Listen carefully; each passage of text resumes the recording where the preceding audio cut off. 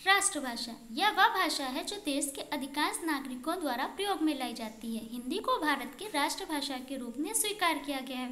तो भारत में सबसे ज़्यादा बोली जाने वाली जो भाषा है वो हिंदी है, इसलिए हिंदी को भारत की राष्ट्रभाषा माना गया। राजभाषा राजभाषा का प्रयोग सरकारी कामकाज में होता है। भारत के संविधान में हिंदी को राजभाषा के रूप में 14 सितंबर 1949 को मान्यता दी गई और इसी दिन आपको 14 सितंबर को हिंदी दिवस के रूप में इसीलिए हम मनाते हैं क्योंकि इसी दिन ये हमारी राजभाषा बनी। अब राजभाषा और राष्ट्रभाषा में क्या अंतर होता है? राष्ट्रभाषा वो होती है जो सबसे ज़्यादा बोली जाती है और राजभाषा वो होती है जिसमें सभी सरकारी कामकाज होते हैं। तो हमारे देश का जो भी संविधान है वो हिंदी में भी बताया जाता है। भारत की प्रमुख भाषाएं और हिंदी। भारत के संविधान में 22 भाषाओं को मान्यता दी गई है। तो ये 22 भाषाएं हैं जो भारत के संविधान में वर्णित हैं और भारत की प्रमुख भाषाएं हैं।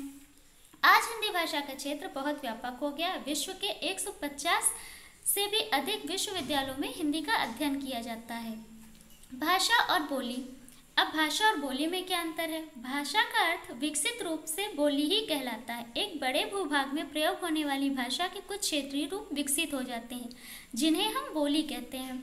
तो भाषा वो रूप होता है जो बहुत बड़े क्षेत्र में बोला जाता है, लेकिन जब एक सीमित क्षेत्र में एक ही तरह के लोग बातचीत करते हैं, एक ही तरह के शब्दों का प्रयोग करते हैं तो वह बोली कहलाती है। जैसे आप कभी गांव में जाइए, वहाँ की अलग बोली होती है, शहर में और होती है, तो वो गांव की बोली होती है, लेकिन भाषा सबकी क्या है?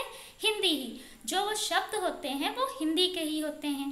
हिंदी की कुछ प्रमुख बोलियाँ इस प्रकार हैं। पश्चिम में हरियाणा, खड़ी बोली, ब्रजभाषा, बुंदेली, राजस्थान। पूर्व में अवधी, छत्तीसगढ़ी, बघेली, भोजपुरी, मैथिली। उत्तर में गढ़वाली, कुमाऊनी, पहाड़ी बोली। दक्षिण में दक्षिणी हिंदी।